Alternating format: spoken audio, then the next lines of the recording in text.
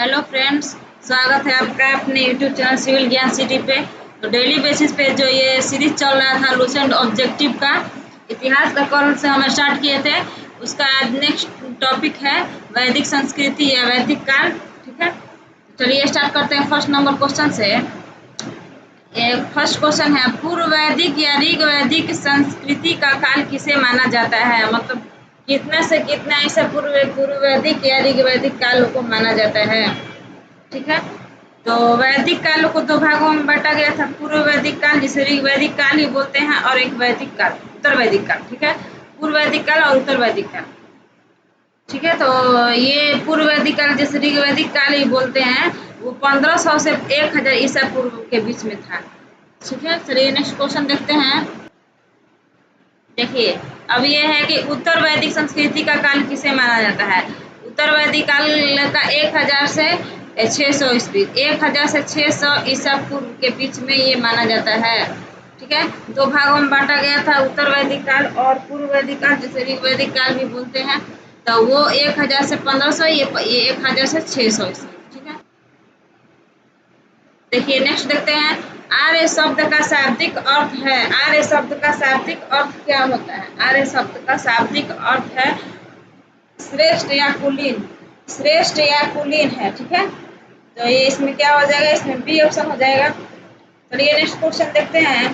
प्रारंभिक आर्यों के बारे में निम्न कथनों में से कौन सा सही नहीं है? कौन सही नहीं है? वे संस्कृत बोलने वाले थे, ये सही है। वे घुड़सवारी किया करते थे, ये भी सही है।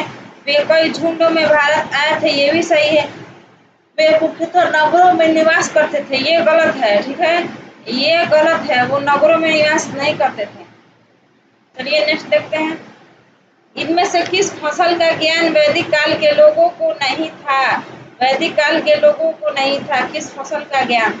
जौ, गेहूं, चावल, तंबाकू। तो तंबाकू, तंबाकू का मतलब ज्ञान नहीं था वैदिक काल में। चलिए नेक्स्ट क्वेश्चन।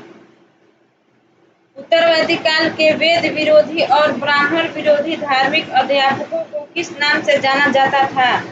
तो इसे श्रमण के नाम से जाना जाता था। किसके नाम से जाना जाता था? तो श्रमण के नाम से जाना जाता था।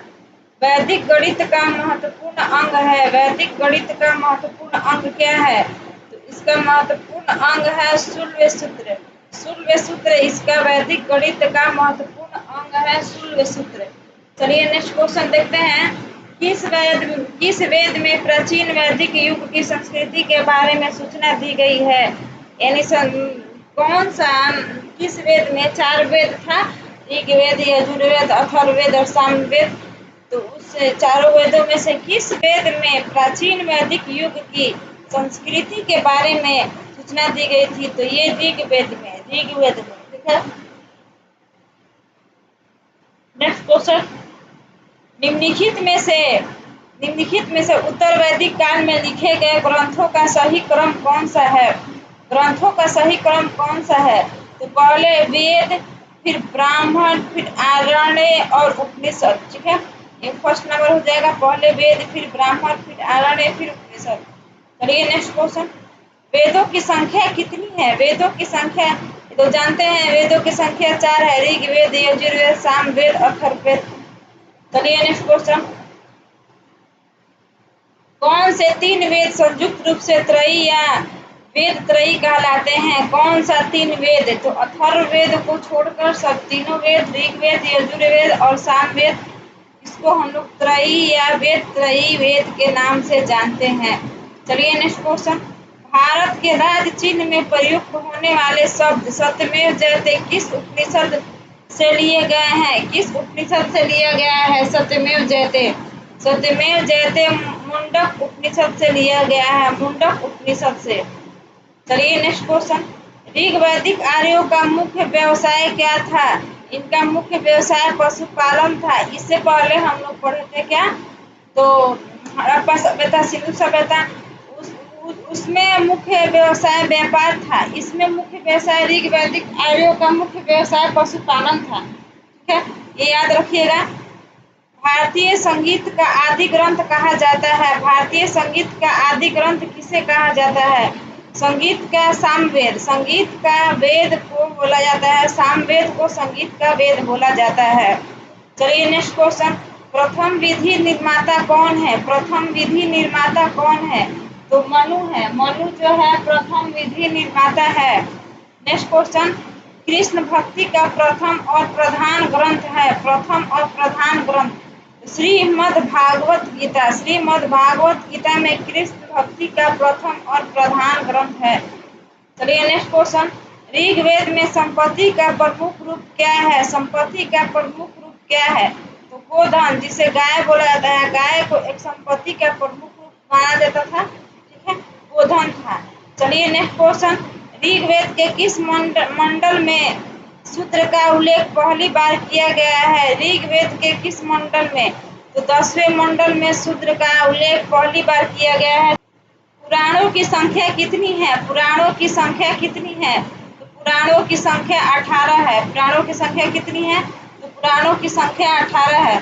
चलिए नेक्स्ट क्वेश्चन देखते हैं, वैदिक धर्म का मुख्य लक्षण इनमें से किसकी उपासना था? वैदिक धर्म का मुख्य लक्षण इनमें से किसकी उपासना था? तो प्रकृति का उपासना था। वैदिक धर्म का मुख्य लक्षण क्या था? तो वो प्रकृति का उपासना करते थे। चलिए नेक्स्ट क्वेश्चन, किस देवता के लिए ऋग्वेद में पुरंदर शब्द का प्रयोग किया गया है? तो इंद्र के लिए। ऋग्वेद में इंद्र को पुरंदर का किला, मतलब किला फतह करने वाला बोला गया है, जिसे पुरंदर नाम दिया गया है, किला फतह करने वाला, ठीक है। सर्वश्रेष्ठ देवता माना गया है ऋग्वेद में। तो पुरंदर शब्द का प्रयोग हुआ है किस किस देवता के लिए? तो इंद्र, जिसे पुरंदर यानी दुर्ग या किला को तोड़ने वाला होता है। चलिए नेक्स्ट देखते हैं, शूल्व सूत्र किस विषय से संबंधित पुस्तक है? शूल्व सूत्र ज्यामिति से संबंधित पुस्तक है, ज्यामिति से संबंधित पुस्तक है। चलिए नेक्स्ट क्वेश्चन, अस्तो माँ सदगम्य, तमसो माँ ज्योतिर्गम्य, मृत्यो माँ अमृतगम्य कहाँ से लिया गया है? तो ये उपनिषद से लिया गया है। कहाँ से लिया गया है? तो ये उपनिषद से लिया गया है। चलिए नेक्स्ट क्वेश्चन, आर्य भारत में बाहर से आए और सर्वप्रथम बसे थे। आर्य भारत में बाहर से आए थे और सर्वप्रथम कहाँ बसे थे? सर्वप्रथम पंजाब में बसे थे। कहाँ बसे थे? तो पंजाब में बसे थे। चलिए नेक्स्ट क्वेश्चन, ये मिलान करना है, ठीक है। वेद है और यज्ञ करता है, मतलब एक तरफ वेद है और यज्ञ को कराने वाले जो ये अध्ययु बोल रहे हैं, उद्येता बोला जाता है उसको, ठीक है। तो वो है उद्गाता, यज्ञ करता। ऋग्वेद का क्या हो जाएगा? ऋग्वेद का होत्री या होता हो जाएगा, यजुर्वेद का अध्ययु हो जाएगा, सामवेद का उद्गाता हो जाएगा, अथर्ववेद का ब्रह्मा हो जाएगा, ठीक है। ये याद रखिएगा चारों। ऋग्वेद का होतु,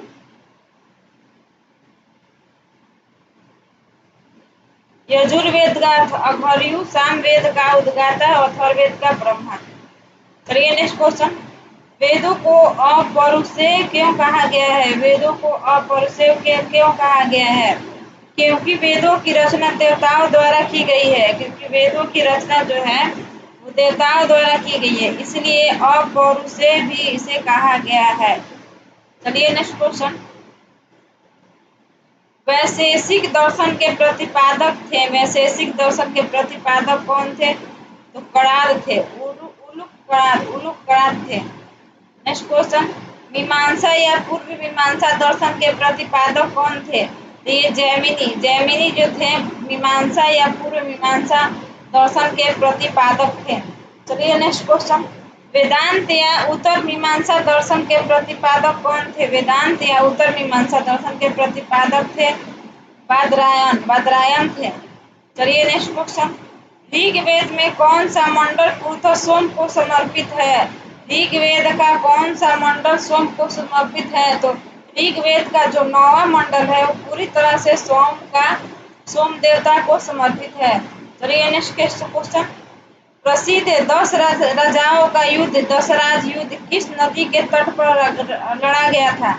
ये परुश्री नदी के तट पर मतलब लड़ा गया था, जिसे अब रावी नदी के नाम से जाना जाता है परुश्री को। चलिए नेक्स्ट देखते हैं, धर्म शास्त्रों में भू राजस्व की दर क्या है? पूरा जश्व की दर क्या है? तो 1/6 था। पूरा जश्व का दर था 1/6। चलिए नेक्स्ट क्वेश्चन।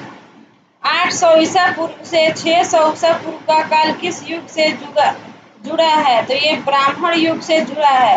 800 से 600 ईसा पूर्व ब्राह्मण युग से जुड़ा है। देखिए 40वां भी पीएससी में पूछा हुआ है, 39वां में पूछा हुआ है। तो ये नेक्स्ट क्वेश्चन देखिए, किस काल में अछूत का अवधारणा स्पष्ट रूप से उदित हुई? अछूत का मतलब अवधारणा सबसे पहले धर्मशास्त्र के काल में। किस काल में? धर्मशास्त्र के काल में। चलिए नेक्स्ट क्वेश्चन। एशिया माइनर स्थित बेगाजकोई का महत्वपूर्ण है। महत्व इसलिए है, क्या है? क्योंकि वहाँ जो अभिलेख प्राप्त हुए हैं उनमें 4 वैदिक देवता इंद्र, वरुण, मित्र, नसत्य का उल्लेख मिलता है। ये जो 4 देवता हैं, इंद्र देवता जिसे पुरंदर मतलब कहा गया है, दुर्ग किला को तोड़ने वाला कहा गया है, वरुण, मित्र, नसत्य का उल्लेख मिला है। किसे कहाँ से मिला है? तो एशिया माइनर में स्थित बेगाजकोई से मिला है। चलिए नेक्स्ट क्वेश्चन। गायत्री मंत्र देवी सवित्र को संबोधित किस पुस्तक में मिलता है? किस पुस्तक में मिलता है? तो ये मिलता है किस पुस्तक में? ऋग्वेद में मिलता है। ऋग्वेद में मिलता है। ठीक है, चलिए नेक्स्ट क्वेश्चन। न्याय दर्शन को प्रचारित किया था। न्याय दर्शन को प्रचारित किया था गौतम ने।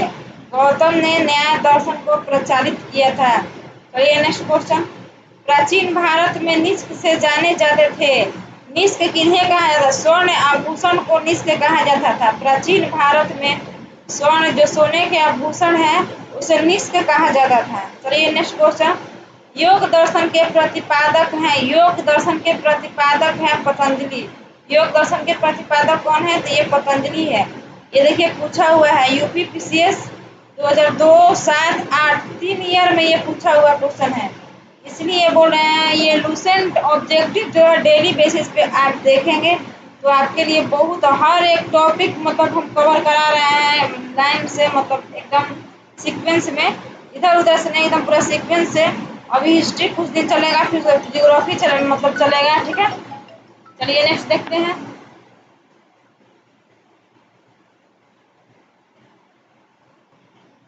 ठीक है, तो चलिए नेक्स्ट क्वेश्चन देखते हैं। उपनिषद पुस्तकें हैं। उपनिषद पुस्तकें हैं। उपनिषद जो पुस्तकें हैं वे धर्म पर आधारित है, यानी धर्म पर है। ठीक है, धर्म पर होगा। Next question. ऋग्वेद ऋग्वेद जो है इसका क्या हो जाएगा? स्रोत या प्रार्थना, यानी इसमें प्रार्थना दिया गया संस्कृति का मनोवर्णन है प्रार्थना का। ठीक है, यजुर्वेद में क्या है? तो यजुर्वेद में स्रोत और कर्म कांड है। सामवेद में संगीत का वेद है, ये तो पता है। अथर्ववेद जो है तंत्र, मंत्र और वशीकरण का है। चलिए नेक्स्ट क्वेश्चन, तो इसको मिलाएंगे तो कौन सा हो जाएगा? ए नंबर हो जाएगा। नेक्स्ट क्वेश्चन देखते हैं। आरंभिक वैदिक साहित्य में सर्वाधिक वर्णित नदी है। सर्वाधिक वर्णित नदी जो है वो सिंधु नदी है। इसी नदी के किनारे बहुत सारा मतलब स्थल मिले थे, पुरातात्विक स्रोत मिले थे, जिसे सिंधु घाटी सभ्यता के नाम से भी जाना गया था, जिसे जो पिछला चैप्टर पढ़े थे हम लोग। नेक्स्ट देखते हैं। उपनिषद काल के राजा अश्वपति शासक थे। अश्वपति शासक थे केकय के शासक थे। उपनिषद काल के जो राजा थे अश्वपति, वे केकय के मतलब शासक थे। Next question. अध्यात्म ज्ञान के विषय में नचिकेता और यम का संवाद किस उपनिषद में प्राप्त है? नचिकेता और यम का संवाद किसमें है? तो ये कठोपनिषद में है। कठोपनिषद में है। चलिए नेक्स्ट क्वेश्चन। वैदिक नदी कुंभा जिसे काबुल अब कहा जाता है का स्थान कहाँ निर्धारित होना चाहिए? तो ये अभी अफगानिस्तान में चला गया है। काबुल जो है अफगानिस्तान में चला गया है। नेक्स्ट क्वेश्चन देखिए, पूछा हुआ है यूपी पीसीएस में पूछा हुआ है। कपिल मुनि द्वारा प्रतिपादित दार्शनिक। कपिल मुनि द्वारा सांख्य दर्शन। Next question. भारत के किस स्थल की खुदाई से लौह धातु के प्रचलन के प्राचीनतम प्रमाण मिले हैं? अतरंजी खेड़ा से। अतरंजी खेड़ा से क्या मिला है? तो लौह धातु के प्रचलन के प्राचीनतम प्रमाण मिले हैं। नेक्स्ट क्वेश्चन देखते हैं। निम्नलिखित में से किसका संकलन ऋग्वेद में पर आधारित है? किसका संकलन ऋग्वेद पर आधारित है? सामवेद का। सामवेद जो संगीत का वेद है वो उसमें भी ऋग्वेद में भी प्रार्थना है और इसमें भी संगीत है। ठीक है, चलिए नेक्स्ट क्वेश्चन। निम्नलिखित में से कौन प्रस्थान त्रयी में शामिल नहीं है? प्रस्थान त्रयी में शामिल नहीं है तो जो भागवत है वो प्रस्थान त्रयी में शामिल नहीं है। Next question. कर्म का सिद्धांत संबंधित है। कर्म का सिद्धांत जो है वो संबंधित है मीमांसा से। मीमांसा से संबंधित है। Next question. अथर्ववेद। अथर्ववेद जो था औषधियों से यानी वंश या औषधि से संबंधित था। और ऋग्वेद जो ईश्वर महिमा, यजुर्वेद बलिदान विधि यज्ञ से, सामवेद का संगीत। ठीक है, इसको मिलाएंगे तो क्या हो जाएगा? ए नंबर हो जाएगा इसमें। चलिए नेक्स्ट क्वेश्चन देखते हैं। चरक संहिता नामक पुस्तक किस विषय से संबंधित है? चरक संहिता नामक पुस्तक किस विषय से संबंधित है? तो ये चिकित्सा से संबंधित है। चरक संहिता नामक पुस्तक किससे संबंधित है? तो ये चिकित्सा से संबंधित है। Next question. यज्ञ संबंधी विधि विधानों का पता चलता है। अभी बताएं कि यजुर्वेद में जो है यज्ञ या बलिदान से संबंधित है विधान। Next question. वैदिक युगीन सभा। वैदिक जो युगीन सभा थी वे क्या थी? तो मंत्री परिषद थी। उसमें सभा, समिति, विदत, गण ऐसे चार मतलब सभा थे, मंत्री परिषद थे। ठीक है, चलिए नेक्स्ट क्वेश्चन देखते हैं। वैदिक युग में प्रचलित लोकप्रिय शासन प्रणाली थी। वैदिक युग में प्रचलित लोकप्रिय शासन प्रणाली कौन था? ये गणतंत्र था। गणतंत्र पर आधारित था। वैदिक कुल में शासन जो मंत्री परिषद था, सभा, समिति, विदत, गण था, वो गणतंत्र पर आधारित था। Next question. सबसे प्राचीन वेद कौन सा है? सबसे प्राचीन वेद कौन है? सबसे प्राचीन वेद है ऋग्वेद। ऋग्वेद सबसे प्राचीन का वेद है। Next question. निम्नलिखित में से कौन भारतीय दर्शन की आरंभिक विचारधारा है? भारतीय दर्शन की आरंभिक विचारधारा कौन है? ये सांख्य दर्शन है। सांख्य दर्शन जो है भारतीय दर्शन की आरंभिक विचारधारा है। Next question. सांख्य, योग, न्याय, वैशेषिक, मीमांसा और वेदांत इन भारतीय दर्शनों को स्पष्ट रूप से अभिव्यक्ति हुई किस युग में हुई थी? तो ये वैदिक युग में हुई थी। सब बता दिए हैं कि इनके प्रतिपादक कौन थे, ये कौन से सब बताए हैं पीछे नेक्स्ट में। चलिए नेक्स्ट देखते हैं।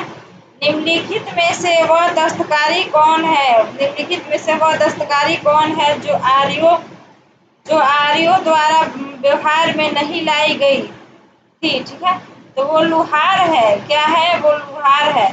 चलिए नेक्स्ट क्वेश्चन। सुमेलित करना है उपवेद और संबंधित वेद। वेद का उपवेद से मतलब मिलान करना है। नेक्स्ट इसमें देखते हैं क्या होगा। तो ऋग्वेद का उपवेद क्या है? तो ये आयुर्वेद है। यजुर्वेद का धनुर्वेद है। सामवेद का गंधर्ववेद है। अथर्ववेद का शिल्पवेद है। अर्थशास्त्र है। ठीक है, तो ये मिलाने पे क्या हो जाएगा? ये ए नंबर हो जाएगा। चलिए नेक्स्ट क्वेश्चन देखते हैं। ऋग्वेद में किन 6 मंडलों को वस मंडल या गोत्र मंडल कहा गया है? तो ऋग्वेद का जो दूसरा से 7वां मंडल है उसको वस मंडल या गोत्र मंडल कहा गया है। Next question. किस वेद में जादुई माया या वशीकरण का वर्णन है? तो अथर्ववेद में। अथर्ववेद में जादू, माया या वशीकरण का वर्णन है। Next question. आर्य शब्द इंगित करता है। आर्य शब्द किसको इंगित करता है? तो श्रेष्ठ वंश को, कुलीन वंश। ये पहले ही आया था क्वेश्चन। ऋग्वेद में कुल कितने मंडल है? ऋग्वेद में कुल 10 मंडल थे। ऋग्वेद में कितने मंडल थे? 10 थे। चलिए नेक्स्ट। आर्य भारत में संभवतः आए थे। आर्य भारत में संभवतः मध्य एशिया से आए थे। संभवतः मध्य एशिया से आए थे। कौन सा वेद अंशतः गद्य रूप में भी रचित है? गद्य रूप में भी रचित है। तो यजुर्वेद जो गद्य पद का वेद भी बोला जाता है। यजुर्वेद जिसमें यज्ञ, प्रतिष्ठान, ये बलिदान, इस सब का वेद है। ठीक है, चलिए नेक्स्ट। सभा और समिति प्रजापति की दो पुत्रियां हैं का उल्लेख किस वेद में मिलता है?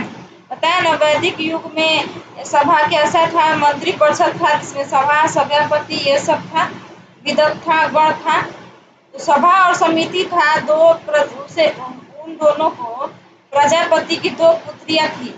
सभा समिति का उल्लेख किस वेद में मिलता है? तो ये अथर्ववेद में मिलता है। चलिए नेक्स्ट क्वेश्चन, ऋग वैदिक युग की प्राचीनतम संस्था कौन सी है? ऋग्वेद युग की प्राचीनतम संस्था है विदत। कौन सी है? तो विदत है। चलिए नेक्स्ट, ब्राह्मण ग्रंथों में सर्वाधिक प्राचीन कौन है? ब्राह्मण ग्रंथ में भी सबसे प्राचीन कौन है? तो शतपथ ब्राह्मण है। कौन ब्राह्मण? शतपथ ब्राह्मण। चलिए नेक्स्ट, गोत्र व्यवस्था प्रचलन में कब आई? गोत्र व्यवस्था उत्तर वैदिक काल में प्रचलन में आई थी। नेक्स्ट क्वेश्चन, अनुलोम विवाह का अर्थ है? अनुलोम विवाह का अर्थ क्या है?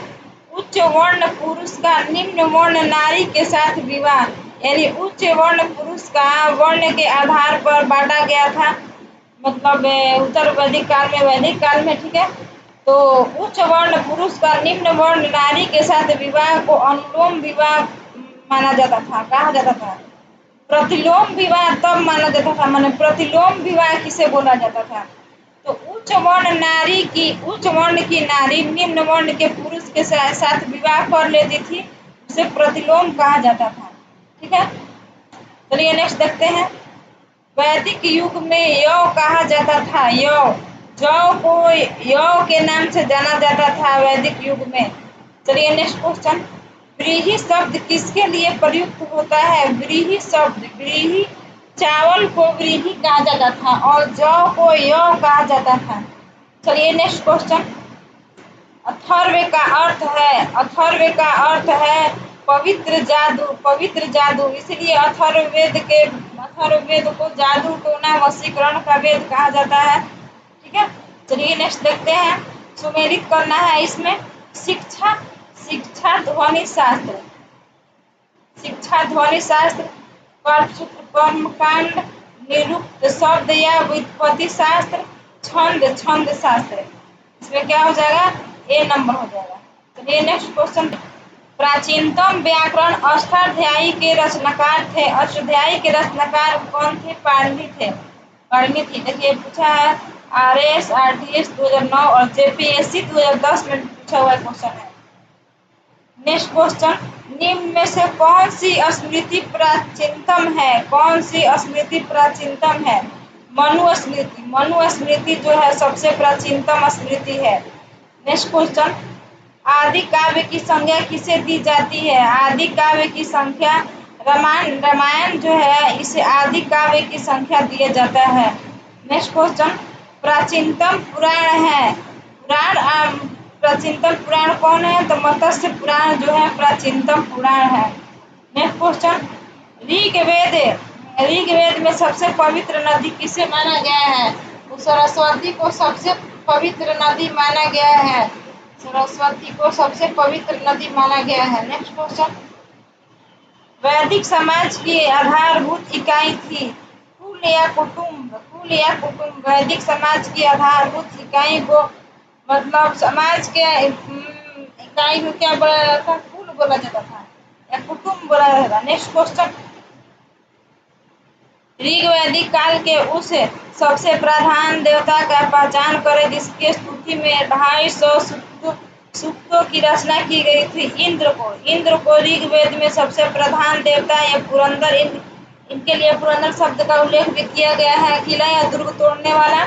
चलिए नेक्स्ट, किस वेद में सभा को नरिष्ठ अर्थात सामूहिक वाद विवाद या अनुल्लंघनीय कहा गया है? तो अथर्ववेद को अथर्ववेद में सभा को नरिष्ठ कहा गया है, ठीक है। चलिए नेक्स्ट क्वेश्चन, किस रचना में नारी को सूरा और पांसा के साथ 3 प्रमुख बुराइयों में शामिल किया गया है? तो मैत्रायणी संहिता में नारी को सूरा और पांसा मतलब कहा गया है, बुराई किया गया है। उत्तर वैदिक काल में किस देवता को सर्वोच्च स्थान प्राप्त है? ये तो ऋग वैदिक काल में जो था इंद्र को सबसे प्रमुख देवता माना जाता था, लेकिन उत्तर वैदिक काल में प्रजापति देवता जो थे उन्हें सर्वोच्च स्थान प्राप्त था। चलिए नेक्स्ट क्वेश्चन, राजसूय यज्ञ। राजसूय यज्ञ राजा के सिंहासन रोपण से संबंधित यज्ञ राजसूय यज्ञ था। ठीक है, राजा के सिंहासन रोपण से। अश्वमेध यज्ञ राजनीतिक शक्ति बढ़ाने हेतु। वाजपेयी यज्ञ शौर्य प्रदर्शन या प्रजा के मनोरंजनार्थ किया जाने वाला यज्ञ। अग्निशोष्ठ यज्ञ अग्निष्टोम यज्ञ, तो ये देवताओं के प्रसन्न करने हेतु अग्नि को पशु बलि दिया जाने वाला सोम रस है। ठीक है, का पान किया जाने वाला यज्ञ, तो इसमें कौन सा हो जाएगा? ए नंबर हो जाएगा। चलिए नेक्स्ट देखते हैं, इसमें मिलान करना है ऋग्वेद में उल्लेखित नाम और आधुनिक नाम। ठीक है, परुष्णी को हम बताएं इससे पहले, परुष्णी को रावी नदी अब बोला जाता है। शत्रुदी को सतलज, अस्किनी को चिनाब, बिपाशा को ब्यास। इसमें कौन सा हो जाएगा? ए हो जाएगा। चलिए नेक्स्ट क्वेश्चन, संस्कारों की कुल संख्या कितनी है? तो कुल 16 संस्कार होते हैं। ऐसे भी हम लोग जानते हैं कि कुल 16 संस्कार होते हैं। इसमें सुमेलित करना है। ब्रह्म विवाह समाज या वर्ण जाति का विवाह, समाज वर्ण या समान वर्ण या जाति का विवाह ब्रह्म विवाह कहलाता था। दैव विवाह पुरोहित या परिश्रमिक में मिले कन्या के साथ। आर्ष विवाह कन्या मूल्य के रूप में एक जोड़ी गाय व बैल स्वीकार किया गया विवाह। बिना दहेज का विवाह क्या बोला जाता था? प्रजापत्य विवाह बोला जाता था। इसमें कौन सा हो जाएगा? इसमें हो जाएगा ए। चलिए नेक्स्ट क्वेश्चन देखते हैं, इसमें भी सुमेलित करना है।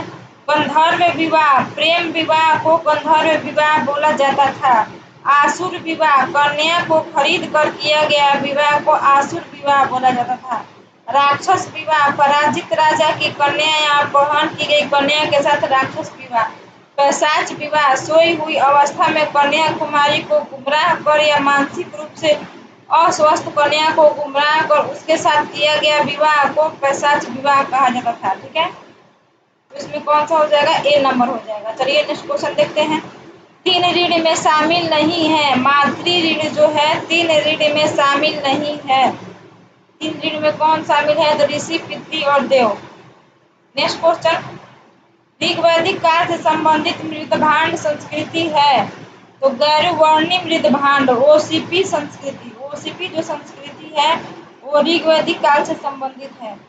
चलिए नेक्स्ट क्वेश्चन, उत्तर वैदिक काल से संबंधित मृदभांड संस्कृति है चित्रित। उत्तर वैदिक काल में चित्रित था और वैदिक काल में पूर्व वैदिक काल में या ऋग वैदिक काल में गैरुड़ित था, गैरुवर्णी था। ठीक है, चलिए नेक्स्ट क्वेश्चन, हरियाणा प्रांत में चित्रित दूषण मृदभांड पीजीडब्ल्यू स्थान किस स्थान पर हाल ही में किए गए उत्खनन से प्रकाश में आया है? तो भगवानपुर, हरियाणा के भगवानपुर प्रांत में पीजीडब्ल्यू मिला है अभी हाल में। ठीक है, चलिए नेक्स्ट क्वेश्चन, प्राचीनतम विवाह संस्कार का वर्णन करने वाला विवाह सूक्त किसमें पाया जाता है? तो विवाह सूक्त ऋग्वेद में पाया जाता है। ऋग्वेद में अघन्य वध योग्य नहीं शब्द का प्रयोग किसके लिए किया गया था? तो गाय का। अघन्या किसको बोला गया है? तो गाय को बोला गया है। चलिए नेक्स्ट क्वेश्चन, इसमें भी मिलान करना है। संग्रहित्री, संग्रहित्री को कोषाध्यक्ष। ठीक है, भाग दूध कर संग्रह, जो कर का संग्रह करता था, संग्रहकर्ता जो था उसे भाग दूध बोला जाता था। छता या छत्री को पासे के खेल में राजा का सहायक को छता या छत्री कहा जाता था। अक्षवाक किसको कहा जाता था? तो प्रतिहारी या राजप्रसाद का रक्षक को बोला जाता था। ठीक है, तो इसमें कौन नहीं, देखिए ये सॉरी ये गलत हो गया। ये तो सही है कि संगीत इसको बोला जाता है, लेकिन भाग दूत जो बोला जाता था किसको बोला जाता था? ये उसको बोला जाता था सबकर संग्रहकर्ता को। और ये प्रतिहारी राजप्रसाद का रक्षक को छत्री बोला जाता था। अक्षवाक को पासे का मतलब खेल ये बोला जाता है। ठीक है, इसमें ए नंबर हो जाएगा। चलिए नेक्स्ट क्वेश्चन देखते हैं, ऋत या प्राकृतिक संतुलन स्थापित करने के कारण किस वैदिक देवता को ऋत से गोप कहा गया है? तो वरुण को क्या बोला गया है? प्राकृतिक संतुलन का मतलब वर्षा कराते थे, वर्षा के देवता थे। प्राकृतिक संतुलन स्थापित करने के कारण इसे ऋत से गोप कहा गया है। चलिए नेक्स्ट क्वेश्चन।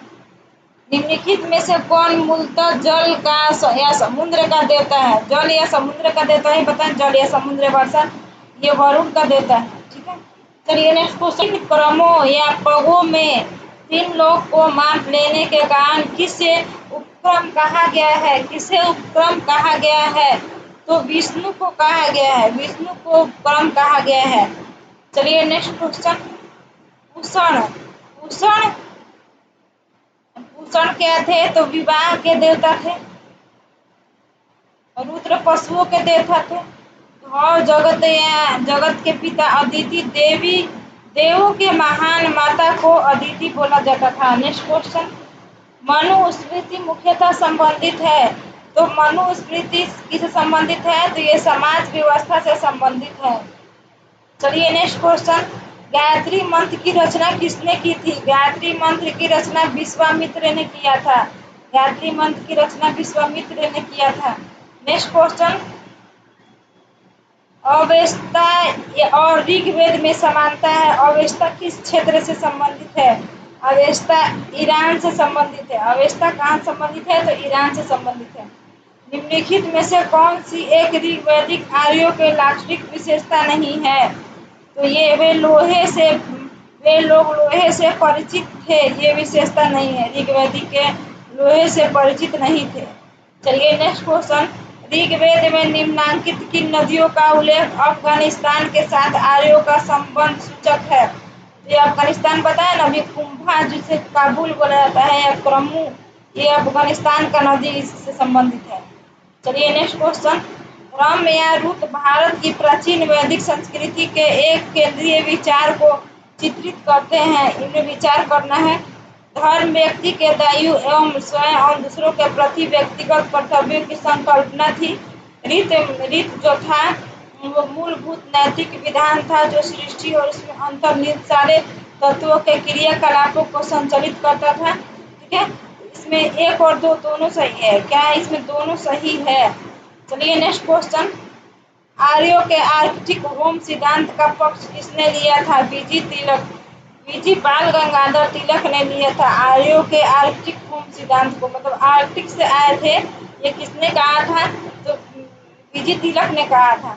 देखिए वैदिक नदियां, उसमें भी एक और ऐसा क्वेश्चन आया था, आधुनिक नाम वैदिक नदियां। देखिए फिर आया है, कुंभा, गंडक,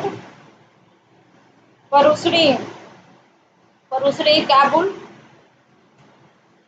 ठीक है, सदा नीरा, सतलज, परुश्री रावी होगा, सॉरी कुंभा जो है काबुल है। कुंभा जो काबुल है ये बताया अफगानिस्तान में है। परुश्री रावी हो जाएगा। सदा नीरा क्या हो जाएगा? गंडक हो जाएगा। और शत्रुंजय क्या हो जाएगा? सतलज हो जाएगा। इसमें बी नंबर हो जाएगा। चलिए नेक्स्ट क्वेश्चन। ऋग्वेद में सूक्त है। ऋग्वेद में कितने सूक्त हैं? तो 1028 सूक्त हैं और 10 मंडल है। चलिए नेक्स्ट क्वेश्चन। पूर्व वैदिक आर्यों का धर्म प्रमुखता था, क्या था धर्म? प्रकृति पूजा और यज्ञ। पूर्व वैदिक आर्यों का धर्म मुख्यतः प्राकृतिक पूजा और यज्ञ था। Next question.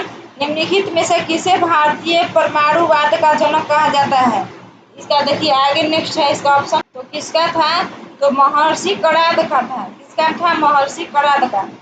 चलिए नेक्स्ट क्वेश्चन देखते हैं। शतपथ ब्राह्मण से संबंधित राजा विदेह माधव से संबंधित ऋषि थे। तो ऋषि गौतम राहुगढ़ से संबंधित थे राजा विदेह माधव। ठीक है, तो हम अपना सेशन यहीं पे एंड करते हैं। कल सिंधु सभ्यता कब हुआ था और आज वैदिक संस्कृति पूरा खत्म हो गया। कल फिर एक हिस्ट्री का ही नेक्स्ट टॉपिक लेके आएंगे। डेली बेसिस पे आप लोग इसको देखिए, बहुत इंपॉर्टेंट है आप लोग का हर